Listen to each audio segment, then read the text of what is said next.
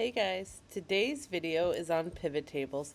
Pivot tables are a great tool to have that doesn't require formulas.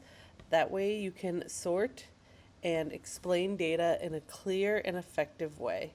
Let's get started. First, to create your pivot table, you're going to want to make sure that all of your cells are highlighted.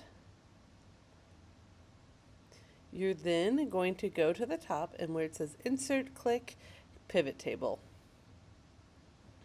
Next, this box will pop up and you'll want to make sure you have your cell selected and click New Workbook. From here, the Pivot Tables field box is going to pop up. You're able to drag these different values down to different filters. And so I'm going to go ahead and show you of how to organize them and how it is going to show up on your workbook. Now we can see here that we're able to sort by the date at the top, so we can click and see how many sales happened on a specific date. And you can also sort by your product. And you can see where it says row labels. We can click down there and sort as well if we want to see how much of a specific item sold on a specific day. Next, we're going to look at how we can use a pivot table when we have a hotel segmentation report. Here we have a basic segmentation report. Again, we're going to highlight our data cells. And then we're going to click Insert Pivot Table. And now we'll have our pivot table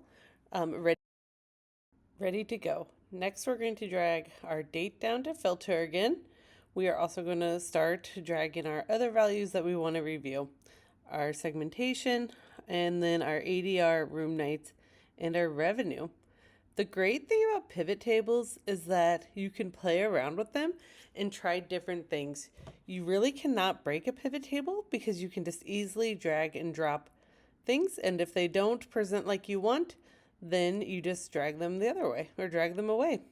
Again, here we can see we're going to sort by date. Maybe you don't like this view, you want to see something different. So we're going to drag our segmentation down, and now we can see it pans across. We can do it as a filter again. There's just lots of different ways that you can play around and present the data differently.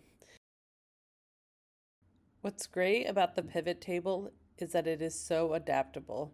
It allows you to change things up quickly, and if someone wants something presented differently or in a different way, you're able to make those adjustments as needed. And like I've said, there's not really a way to break the pivot table, so I encourage you to try different things. When you close out your pivot table field, if you need to get back into it, you can just click on your pivot table. A pivot table analyze folder or file will pop up, and you can just click on the field list over to the right, and that'll pop up where you have those options again. A pivot table, like I said, is a great tool to use. It doesn't require formulas, and it allows you to present your data in a clear, concise way and is adaptable to anyone you may be presenting to.